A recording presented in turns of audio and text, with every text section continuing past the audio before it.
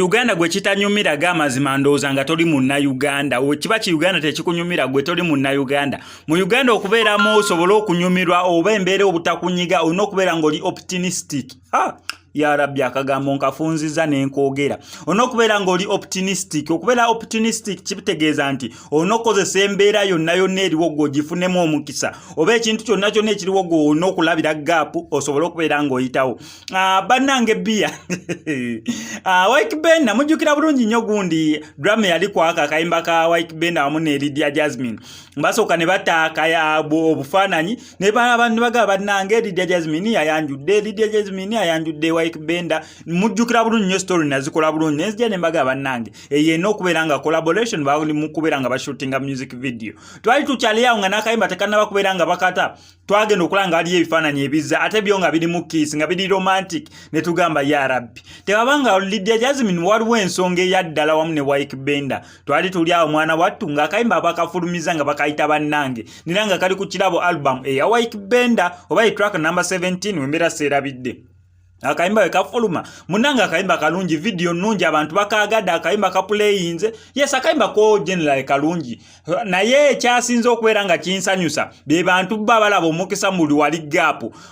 Oba simanyi oba ono bia mupya yakajja oba abaddengawo naye nga tetumumanyi kati bano bakubya akayimba Banange bo ne basalawo bagambe Lydia Jazmine ne Ykee Benda mwakubya akayimba Banange ate naffe tulinayo omwenge gwaffe baguyita Banange bia. Lwaki temujja neno nostoko tukwatira mukono ambassador waneno nolaba engeri otupushingamu sawa zino sirimu kwogera ku Banange bia. Munange bafunye Lydia Jazmine ng'agirawo ekintu akipushingamu ekya Banange bia nati akayimba bakayita Banange kati ate neno brand ya bia bagiyita Banange. Nze mbadde sigiwulirangako nga sigirowoozanga nako neno agenza okulaba nga kituufu Lydia Jazmine akutte chupa ya bia bagiyita Banange kugamba oli olalabye akayimba kabali.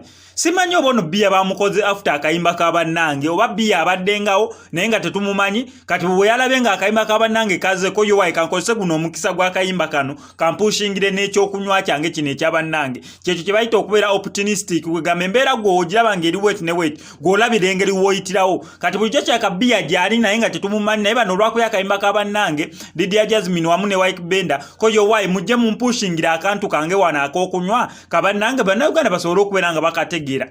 Ye Lydia Jazmine awo amajja abeera awuuta oba abeera agenda kunywesa kijiiko tagenda nywera kuli eri wabula agenda kuli kwegamba agenda beera aliisa buti opportunity ejjira Mukayimba nga kalungi on top of akayimba kalina target audience gye kaliko on top of that akayimba kakukatanyisa okuleeta diiru ez'enjawulo oba sente ez'enjawulo okuba mu bano abasogola omwenge gwa Banange bia. So kyekyo kyenkugambye mbu Uganda kibeera tekikunyumira munnange kyayika gwe toli munna Uganda ngenda kusaba mbyo subscribing ano ku SMX Media tubeera ne updates buli lunaku buli ssaawa story wojira ffe tugikolera ate ng'ekisinga okubeera ekikulu mbu stories zaffe tuzikonvertinga data waleme kubeera ng'agenda mungi. Yes data stories zaffe tuzikonvertinga data aleme kubeera ng'agenda mungi. SMX representing straight out SMX Media. I sign out.